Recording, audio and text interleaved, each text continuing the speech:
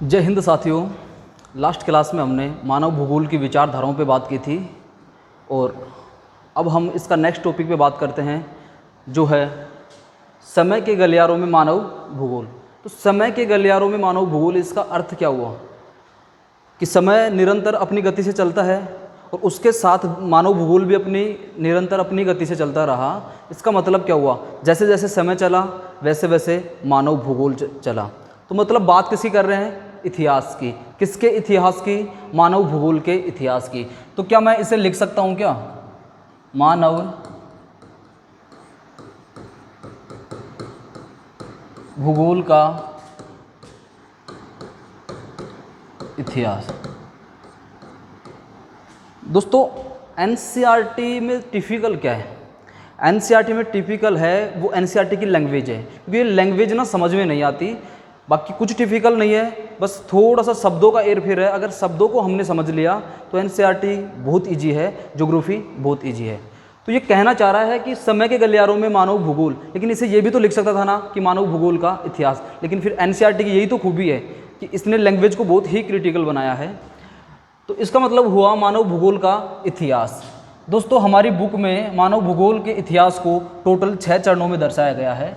आरंभिक उपनिवेश युग, दूसरा है उत्तर उपनिवेश युग, तीसरा है अंतर युद्ध अवधि के मध्य 1930 का दशक, चौथा है 1950 के दशक के अंत से और 1960 के दशक के अंत तक, और पांचवा है 1970 का दशक, और छठा है 1990 का दशक। हम एक एक पे बात करते हैं। सबसे पहले लेते हैं आरंभिक उपनिवेश युग।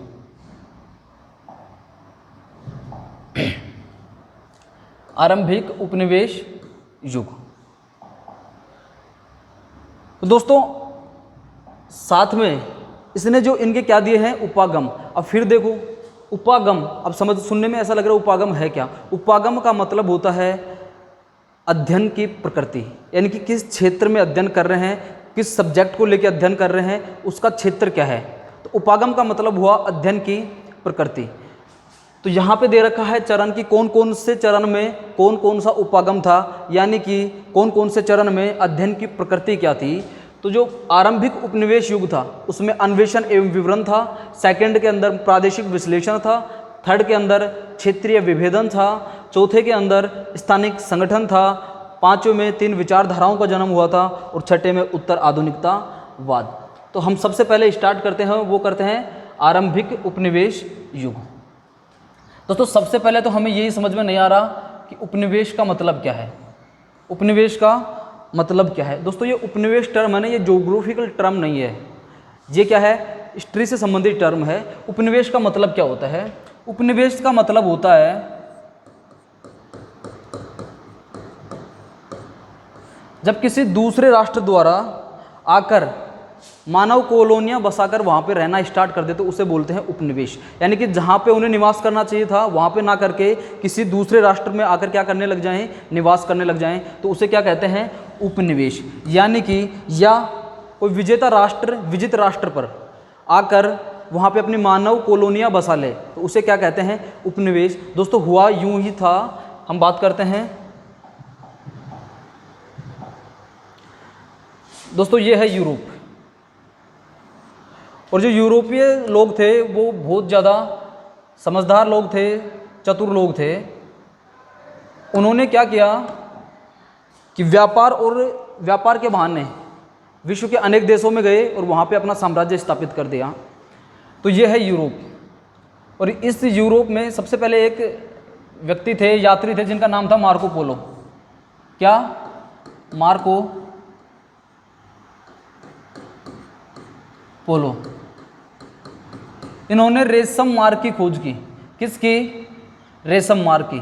दोस्तों रेशम मार्ग क्या था, जो एशिया को मध्य एशिया से जोड़ते हुए यूरोप तक लेके जाता था, वो रेशम मार्ग था। तो रेशम मार्ग खोज की किसने, मार्को पोलो ने। और मार्को पोलो के ही पुस्तक से प्रेरित होकर एक यात्री थे जिनका नाम था कोलंबस। उन्होंने खोज की किसकी, उत्तरी अमेरिका की। किसने, कोलंबस ने। दोस्तों ये कोलंबस खोज तो करना चाह रहा था किसकी, भारत की। क्यों, क्योंकि भारत मसालों की दृष्टि से बहुत संपन्न था, इसलिए कोलंबस खोज तो करना चाह रहा था किसकी, भारत की, लेकिन भारत की खोज ना करके इसने खोज किसकी कर दी? उत्तरी अमेरिका की। फिर एक यूरोपियन यात्री था जिसका नाम था वास्को डी गामा, पुर्तगाली नाविक था, और कैप ऑफ गुड मार्ग होते हुए, दोस्तों इस वाले मार्ग को जो कि अफ्रीका के सहारे आता है, इसको बोलते हैं कैप ऑफ गुड मार्ग। इसके सहारे आते आते इसने किसकी खोज की? भारत की। कब? 1498 में। किसने? वास्को डी गामा ने। कब की दोस्तों? 1498 में। और ये सबसे पहले कहाँ पे आया? ये आया केरल के कालीकट बंदरगाह पर। केरल के कालीकट बंदरगाह पर और वहाँ का शासक था जमोरिन। केरल का जिस तट पे आए वहाँ का शासक कौन था? जमोरिन। तो भारत की खोज किसने की? 1498 में वास्को डी गामा ने। दोस्तों ऑस्ट्रेलिया महाद्वीप की खोज की थी, ये भी यूरोपीय ही यात्री थे जिनका नाम था जेम्स कुक।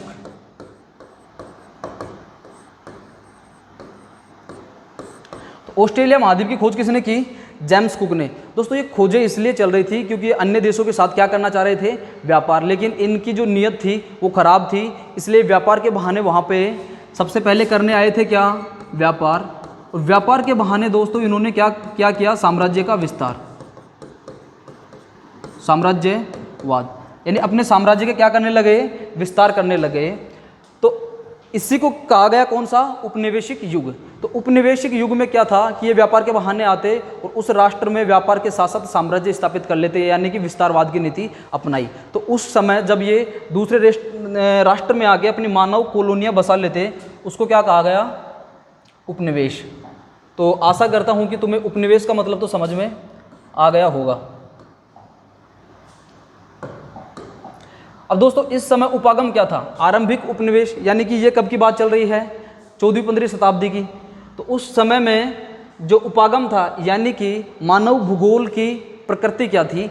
वो थी अन्वेषण एवं विवरण, कि ये खोज कर रहे थे और खोज करके जो भी कुछ वहाँ से इन्हें कलेक्ट होता उसका क्या कर रहे थे? ये विवरण कर रहे थे। अभी मैंने समझा है ना आपको कि ये खोज कर रहे थे और फिर वहाँ पे खोज किस लिए? व्यापार के बहाने। फिर क्या करते? साम्राज्यवाद। तो ये खोज कर रहे थे। अन्वेषण का मतलब क्या होता है? खोज करना। और फिर उसका क्या लिख देते थे? विवरण। तो जो आरंभिक उपनिवेश युग था, इसमें मानव भूगोल की जो उपागम था या अध्ययन की प्रकृति थी वो क्या थी? अन्वेषण एवं विवरण।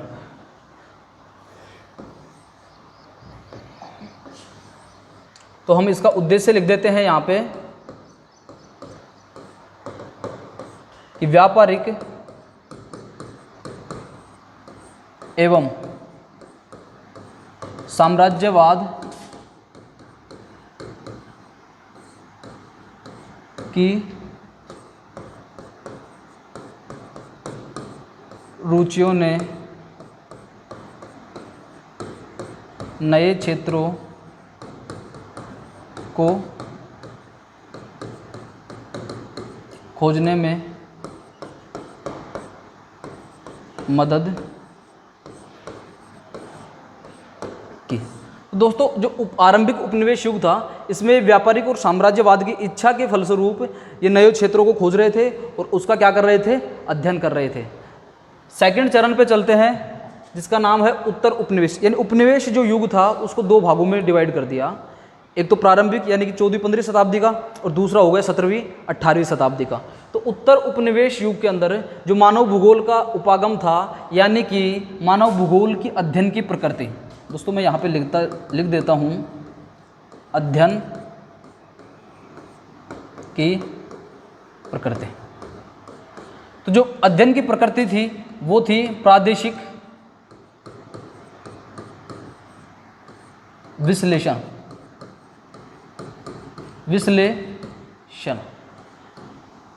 और फिर एक टर्म दी है विश्लेषण। विश्लेषण का मतलब क्या होता है? संश्लेषण का मतलब होता है जोड़ना और विश्लेषण का मतलब होता है तोड़ना, यानी कि जो जुड़े हुए भाग हैं उनको एक एक करके क्या करना? अलग करना। तो प्रदेशों अध्ययन की प्रकृति क्या थी? प्रादेशिक विश्लेषण, यानी कि प्रदेश के जो भी भाग जुड़े हुए थे उनके अलग अलग क्या कर रहे थे? ये अध्ययन कर रहे थे। जैसे कि किसी भी भौगोलिक क्षेत्र था उसकी आर्थिक स्थिति क्या है, उसकी सामाजिक स्थिति क्या है, उसकी राजनीतिक स्थिति क्या है, उसकी सांस्कृतिक स्थिति क्या है। तो इन सब चीज़ों को क्या कर रहे थे मानव भूगोल में अध्ययन। जैसे मान लो ये अरावली पर्वतमाला है, तो दोस्तों प्रादेशिक विश्लेषण मतलब इस प्रदेश का विश्लेषण, यानी कि इसके हर भाग को अलग अलग क्या कर रहे थे, अध्ययन कर रहे थे। जैसे इसकी भौगोलिक स्थिति क्या है, इसकी आर्थिक स्थिति क्या है, इसकी सामाजिक स्थिति क्या है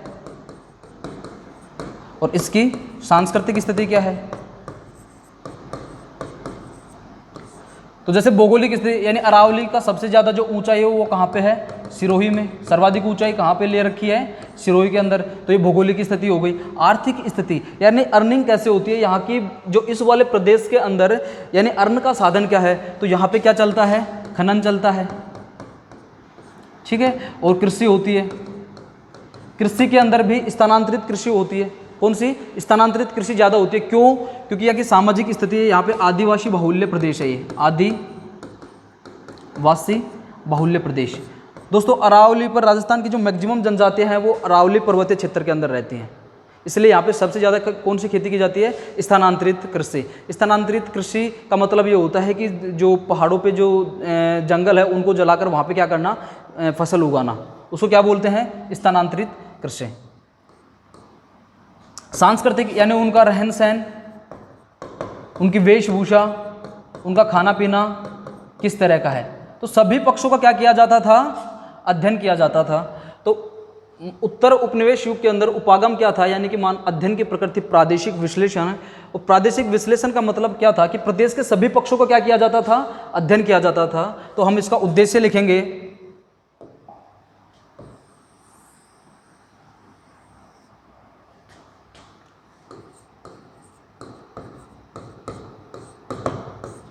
प्रदेश के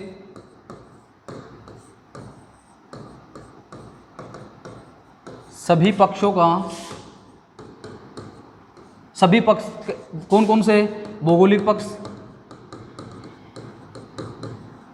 आर्थिक पक्ष, सामाजिक पक्ष, सांस्कृतिक पक्ष, प्रदेश के सभी पक्षों का विस्तृत वर्णन करना, विस्तृत वर्णन करना कि जो प्रदेश है उसका जो भी पक्ष है उन सबका क्या करना, विस्तृत वर्णन करना तथा सभी प्रदेशों को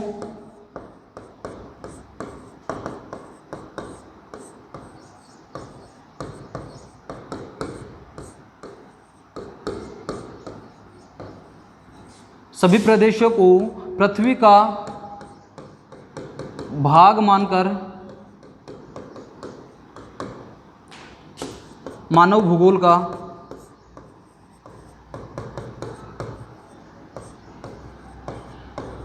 अध्ययन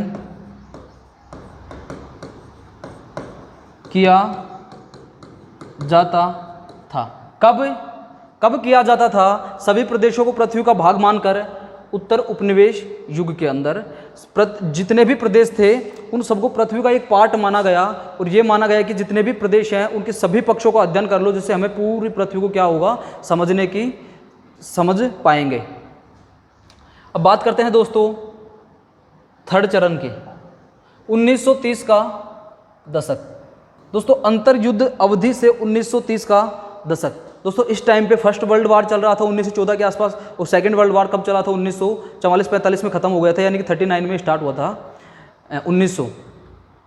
तो 1930 का जो उपागम, इसका जो उपागम रहेगा वो क्या रहेगा, क्षेत्रीय विभेदन।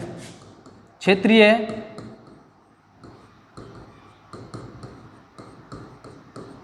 विभेदन यानी कि मानव भूगोल की अध्ययन की प्रकृति क्या रही, क्षेत्रीय विभेदन। दोस्तों आपको लिखना कैसे है, लिखना यहाँ पे मैं तो डायरेक्ट लिख रहा हूँ, लेकिन आपको लिखना है कि मानव भूगोल की 1930 के दशक में अध्ययन की प्रकृति क्या रही, क्षेत्रीय विभेदन, या मानव भूगोल का उपागम क्या रहा, क्षेत्रीय विभेदन। यानी कि थोड़ी सी जो लैंग्वेज है उसको अपने हिसाब से डाल के लिखना है आपको, ठीक है। तो क्षेत्रीय विभेदन यानी कि अध्ययन की प्रकृति क्षेत्रीय विभेदन। अब क्षेत्रीय विभेदन का मतलब क्या है, क्षेत्र कैसे कैसे क्या है, विभेदन यानी कि भिन्न है, कैसे भिन्न है, यानी कि एक क्षेत्र दूसरे क्षेत्र से कैसे भिन्न है और उसकी क्या विलक्षण पहचान है। दोस्तों इसे समझते हैं कहना क्या चाहता है। जैसे मान लो ये अपने राजस्थान की अरावली पर्वतमाला है, ठीक है, और ये अपने चित्तौड़, यहाँ गुजरात से चित्तौड़ होते हुए एमपी और बिहार के सासाराम तक यह है विंध्याचल पर्वतमाला।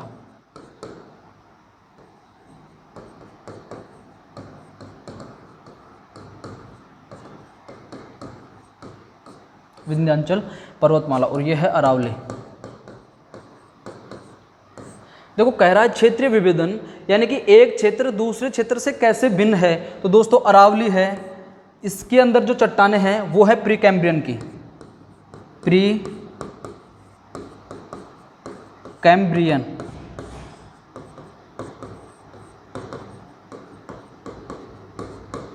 और जो विंध्याचल पर्वतमाला है इसकी चट्टानें हैं विंध्य क्रम की, विंध्य क्रम की चट्टानें। तो हो गया ना भिन्न, एक प्रदेश दूसरे भिन्न प्रदेश से, कि इसकी चट्टानें प्री कैम्ब्रियन कल्प की हैं और इसकी विंध्य क्रम की। ये इसकी विलक्षण पहचान क्या है कि यहाँ पे धातु और अधातु दोनों पाए जाते हैं, यानी कि धात्विक खनिजों की अधिकता, धात्विक खनिजों की क्या है अधिकता, अधिकता। यहाँ पे धात्विक खनिजों की अधिकता है और यहाँ पे चूना पत्थर की अधिकता, चूना पत्थर की अधिकता। तो दोस्तों इनकी विलक्षण पहचान क्या हुई कि ये जो फेमस है वो धात्विक और अधात्विक खनिजों की वजह से है, और ये फेमस क्यों है चूना पत्थर की वजह से। दोस्तों इसीलिए तो चित्तौड़गढ़ के अंदर राजस्थान की सबसे ज़्यादा क्या है सीमेंट फैक्ट्रियाँ, क्यों कि चूना पत्थर यहाँ पे बहुतायत मात्रा में पाया जाता है। इसीलिए राजस्थान में सबसे ज़्यादा जो सीमेंट के कारखाने लगे हुए हैं वो कहाँ पर लगे हुए हैं, चित्तौड़गढ़ के अंदर। क्यों, क्योंकि चित्तौड़गढ़ के अंदर भी कौन सी विंध्य क्रम की चट्टानें हैं जिनमें चूना पत्थरी क्या पाई जाती है अधिकता। तो इसका मतलब क्या हुआ, अब हमें इसका उद्देश्य क्या हो जाएगा, चलो इसे थोड़ा सा आगे लिख लेते हैं। 1930 के दशक का उद्देश्य, तीसरा चरण चल रहा है 1930 का दशक, तो इसका उद्देश्य क्या हो जाएगा कि एक प्रदेश दूसरे प्रदेश से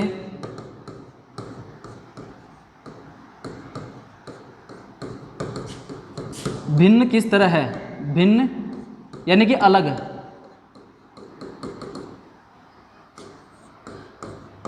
कैसे है तथा उसकी क्या विलक्षण पहचान है। तो दोस्तों 1930 का जो दशक था इसमें मानव भूगोल का जो उपागम था यानी कि अध्ययन की प्रकृति वो क्षेत्रीय विभेदन थी, और इसका उद्देश्य था कि जो एक क्षेत्र है वो दूसरे क्षेत्र से किस प्रकार भिन्न है, उसकी क्या अलग अलग पहचान है। यही चीज़ों को मानकर मानव भूगोल का क्या किया जा रहा था, अध्ययन किया जा रहा था। कब, 1930 के दशक में। अब बात करते हैं चौथे चरण की, जिसमें 1950 का जो दशक के अंत से लेके और 1960 के दशक के अंत का जो युग था उसमें मानव भूगोल का अध्ययन किस तरीके से किया जा रहा था। तो इसमें जो इस मानव भूगोल का उपागम रहा, यानी कि मानव भूगोल का अध्ययन की प्रकृति वो थी स्थानिक संगठन, स्थानिक। दोस्तों ये वो समय है जब विश्व के बहुत से देश जो अंग्रेजी राज्य से क्या हो गए थे, स्वतंत्र हो गए थे। जैसे हमारा भारत भी हो गया था, जापान वगैरह, ये इस दशक में क्या हो गए थे, आज़ाद हो गए थे, और सब अपने अपने टेक्नोलॉजी पे काम कर रहे थे। तो बहुत इंपॉर्टेंट है ये वाला युग 1950 से 1960 का दशक। इसमें जो मानव भूगोल का जो अध्ययन का केंद्र रहा या उसका जो अध्ययन की प्रकृति रही वो स्थानिक संगठन। क्या है दोस्तों ये स्थानिक संगठन, बहुत अच्छी सी टर्म दे रखी है दोस्तों। इसका मतलब है कि मानव भूगोल में मानव को छोड़कर मानचित्र, अमूर्त सिद्धांतों की तरफ मानव भूगोल जाने लगा। इसी को क्या कहा गया है, स्थानिक संगठन। यानी कि मानव को तो छोड़ा और वहाँ पे टेक्नोलॉजी के प्रयोग से मानचित्रों की तरफ, प्रतिरूपों की तरफ और अमूर्त सिद्धांतों की तरफ मानव भूगोल जाने लगा। तो इसी को क्या कहा गया, स्थानिक संगठन। तो इसका उद्देश्य क्या हो जाएगा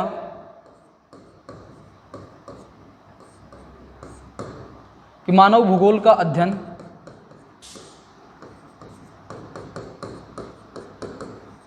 के अध्ययन में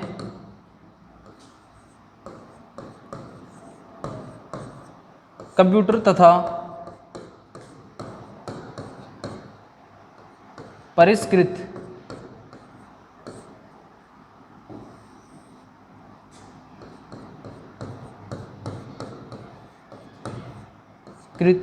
सांख्यिकी स्टैटिक्स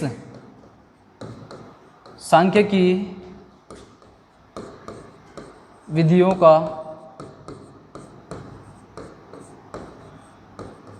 प्रयोग होने लगा तथा मानवीय परिघटनाओं में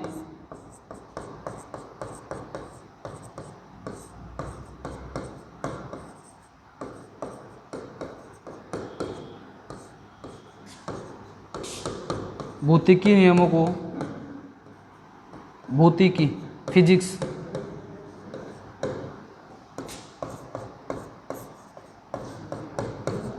नियमों को लागू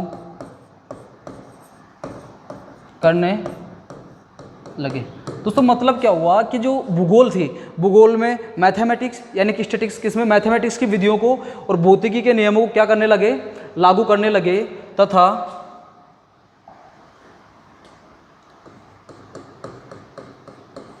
मानवीय क्रियाओं के मानचित्र के प्रतिरूपों की पहचान ही मानव भूगोल का मुख्य उद्देश्य रहा। तो दोस्तों जो चौथा चरण था, इसमें मानव भूगोल में क्या किया जाने लगा कि स्थानिक संगठन यानी कि मानव भूगोल के अंदर मैथमेटिक्स, फिजिक्स और जो मानचित्र अमूर्त सिद्धांतों का प्रयोग किया जाने लगा। यानी कि मानव के जो मानव भूगोल था उसमें इन सारी चीज़ों को क्या होने लगा, यूज होने लगा। अब बात करते हैं हम कौन से चरण पे, पांचवें चरण पे, 1970 का दशक।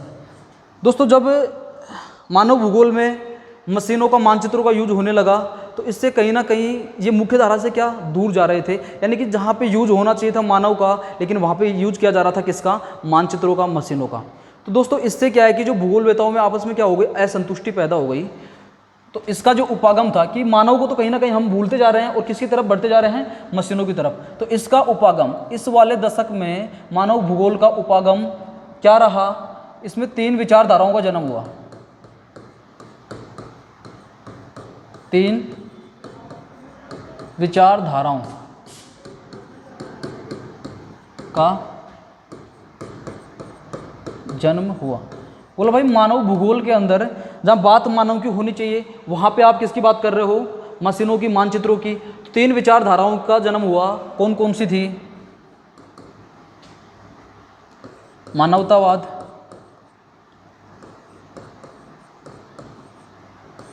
आमूलवादी विचारधारा जिसे रेडिकल भी बोलते हैं, आमूलवादी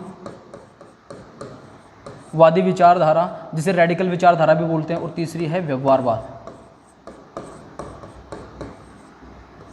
दोस्तों इसका मानवतावाद, देखो अपन एक टर्म यूज करते हैं जब कभी कोई किसी को सताता है तो बोलते हैं कि यार इसकी मानवता कहाँ गई, या जब कोई किसी की हेल्प करता है तो अपन बोलते हैं यार देख मानवता। तो मानवता क्या है, यानी किसी दूसरे की हेल्प करना, समाज के लोगों की क्या करना, हेल्प करना। तो दोस्तों मानवतावाद के अंदर लोगों के शिक्षा, स्वास्थ्य और जो चिकित्सा की सेवाएं थी उनको बेहतर किया गया। तो इसका मतलब किसकी बात की जा रही है, सामाजिक कल्याण की। किसकी बात की जा रही है, सामाजिक कल्याण की।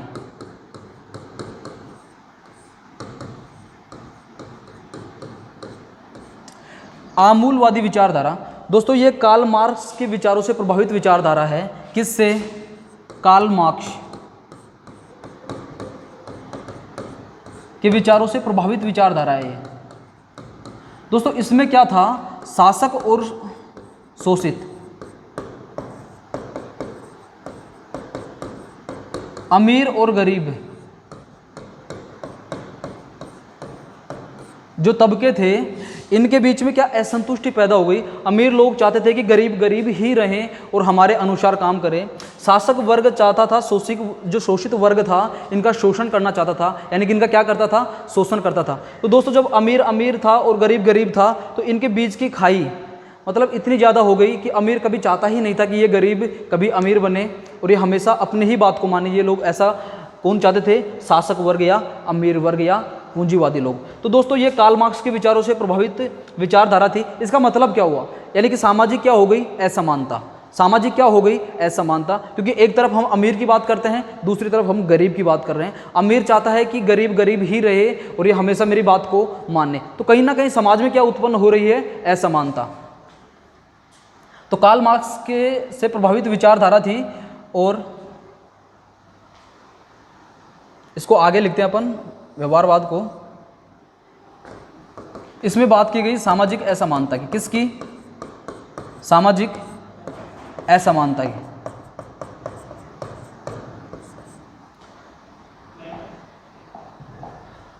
और व्यवहारवाद, जो थर्ड विचारधारा थी व्यवहारवाद।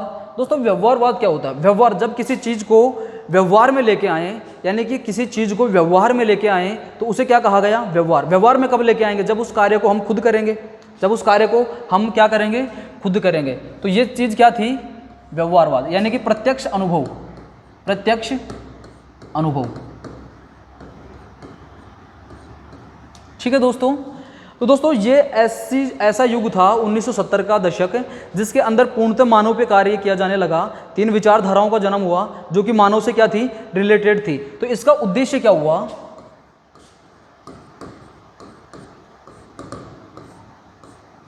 कि मानव भूगोल का अध्ययन क्षेत्र सामाजिक, राजनीतिक,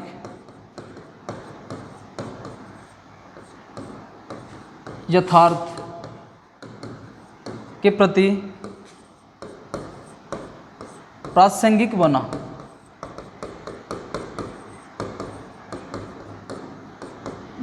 कब, 1970 के दशक में, जब बात मानव की जाने लगी, मानव की असमानताएं क्या है, समानताएं क्या है और वो कैसे कैसे कार्य किए जा रहे हैं, तो उनकी जो सामाजिक और जो राजनीतिक यथार्थ था, जो वास्तविकता थी, उसके प्रति क्या बना, प्रासंगिक बना। कौन, मानव भूगोल का अध्ययन। कब, 1970 के दशक में।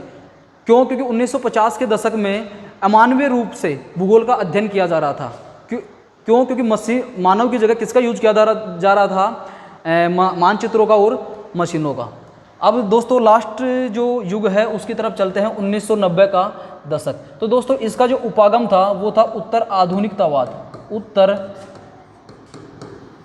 आधुनिकतावाद। इसका मतलब क्या हुआ, यानी कि लोग क्या हो गए, आधुनिक हो गए। आधुनिक का मतलब क्या है, आधुनिक ज़माने में साइंटिफिक चीज़ें चलती हैं, यानी कि वैज्ञानिक चीज़ें चलती हैं। जो चीज़ें सार्वभौमिक रूप से सत्य हैं उन्हीं चीज़ों को हम एक्सेप्ट करते हैं। अगर वो चीज़ें सार्वभौमिक रूप से सत्य नहीं हैं तो हम उन्हें क्या कर देते हैं, हटा देते हैं, या मानते नहीं हैं, या मानने के लिए बाध्य नहीं हैं। तो दोस्तों हुआ भी यूँ ही कि 1990 के दशक के अंदर जो मानव भूगोल का उद्देश्य हुआ वो वृद्ध सामान्यीकरण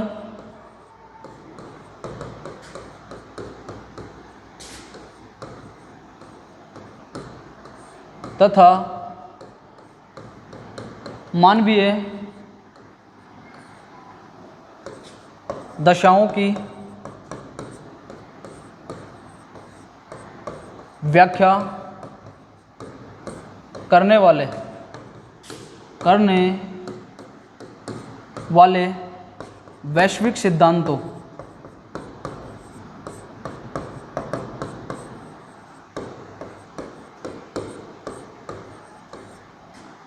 की प्रयोज्यता पर प्रश्न उठने लगे। क्योंकि जब लोगों में तकनीकी ज्ञान आ गया, लोग एक दूसरी चीज़ों से क्या होने लगे, रूबरू होने लगे, जब उनके अंदर नॉलेज का डेवलपमेंट होने लगा, तो जो वैश्विक सिद्धांत बने हुए थे उन सिद्धांतों की क्या होने लगी, आलोचना होने लगी। क्योंकि जो दोस्तों जो वैश्विक सिद्धांत बने हुए थे वो एक जगह तो लग रहे थे लेकिन दूसरी जगह लागू नहीं हो रहे थे, इसलिए उन सिद्धांतों की क्या होने लगी, आलोचना। और कहा गया है कि जो स्थानीय संदर्भ है उसी की समझ में क्या दिया गया, जोर दिया गया, तथा स्थानीय संदर्भ की समझ को स्थानीय अत्यधिक महत्व दिया गया। मतलब कि जो सिद्धांत एक क्षेत्र में लागू हो रहे थे और दूसरे क्षेत्र में लागू नहीं हो रहे थे, उनका क्या किया गया, विरोध किया गया। तथा जो स्थानीय सिद्धांत थे या स्थानीय संदर्भ की जो समझ में अत्यधिक महत्व दिया गया है कि जो जैसे मान लो कि एक जगह लागू हो रहे हैं और दूसरी जगह लागू नहीं हो रहे, तो उन चीज़ों को क्या गया, हटाया गया, उसका क्या किया गया, विरोध किया गया। तो दोस्तों ये मानव भूगोल का इतिहास हो गया, समय के गलियारों में मानव भूगोल। दोस्तों अगर आप इसे देखें तो बुक में यदि बहुत छोटा सा एक बुक्स के अंदर दे रखे हैं, लेकिन इसकी जो लैंग्वेज इतनी क्रिटिकल है कि समझ में ही नहीं आती। आशा करता हूँ कि ये समझ में आ गया होगा, एक बार बुक का अध्ययन और करें। Thank you.